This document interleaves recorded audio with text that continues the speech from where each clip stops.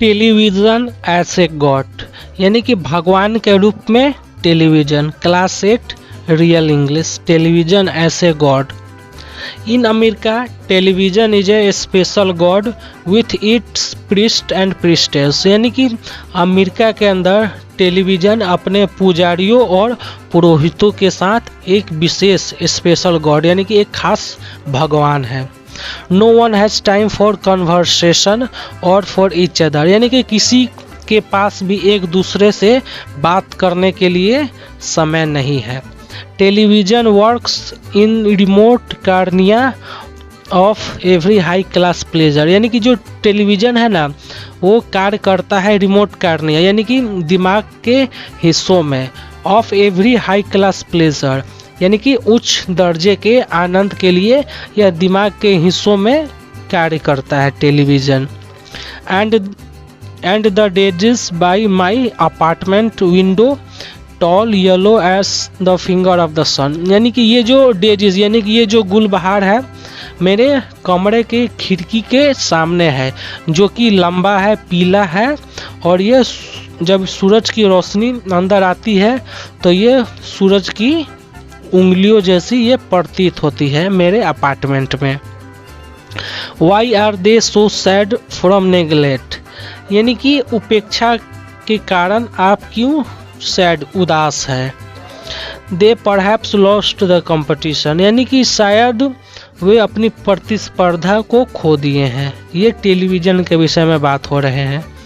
Television has trapped everyone in its reign यानी कि जो टेलीविज़न है ना वे प्रत्येक कोई को अपने कब्जे में कर लिया है और वे जो अपने एक खास पोजीशन यानी कि एक खास स्थान बना लिया है जहाँ पर वे सभी को अपने कब्जे में रखता है television. And the mother wondered why their kids are doing poorly in school और माँ यह सोचकर आश्चर्य हो जाती है कि उनके जो बच्चे हैं ना स्कूल में अपना खराब प्रदर्शन क्यों कर रहे हैं। इससे क्या है माँ वंडर यानी कि माँ को आश्चर्य हो रहा है कि उनके बच्चे पढ़ाई में पुअर यानी कि कमज़ोर क्यों हैं। And their grammar is as good as chimpanzee और उनका जो व्याकरण है ना वो चिंपांजी की तरह ही अच्छे हो गए हैं टीवी के चलते।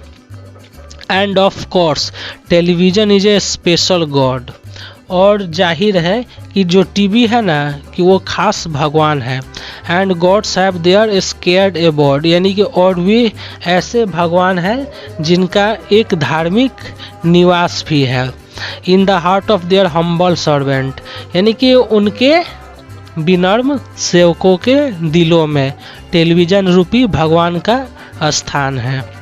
And television is a god that speak television एक ऐसा भगवान है जो कि स्पीक बोल सकता है, एंड स्माइल एंड एक्ट जो हंस सकता है, एक्ट यानी कि एक्टिंग कर सकता है, एंड इमोशन आर फोर्टिफाइड यानी कि उसके अंदर इमोशन यानी कि मनोभावना दृढ़ रूप से भरा पड़ा है टेलीविज़न के अंदर। As a starts to iron cloth यानी कि जैसे हट के चलते जो कपड़े के ऊपर आयरन होने के बाद जैसा वो हट प्रतीत होता है ना यानी कि दृढ़ प्रतीत होता है, ठीक वैसा ही टेलीविज़न का भी दशा है। And the truth of the world is exceed और ये जो टेलीविज़न है ना वो संसार की सच्चाई से हमें अभिगम कराता है यानी कि अभिगम कराता है, बताता है, सिखाता है। Through the superficial word of the interpreter यानी कि ये जो व्याख्यानकारों के जो पृथककरण वाले जो वर्ड होते हैं ना वे उनसे हमें अवगत कराते हैं। सुपरफिशियल यानी कि पृथ्वीय यानी कि अलग करना, इंटरप्रेटर यानी कि व्याख्यानकारों के यानी कि ये व्याख्यानकारों के स्पेशल सुपरफिशियल यानी कि पृथ्वीकरण शब्दों को हमसे ये परिचित करवाते हैं। तो आशा करता हूँ आपको एक्सप्लेनेशन पसंद आई होगी। जो भी वर्ड मीनिंग पूछना है वीडियो को पॉज करके आप देख सकते हैं। अब मैं 3rd चैप्टर अगले वीडियो में ईदगाह का एक्सप्लेनेशन करूँगा। तो मिलते हैं नेक्स्ट वीडियो में।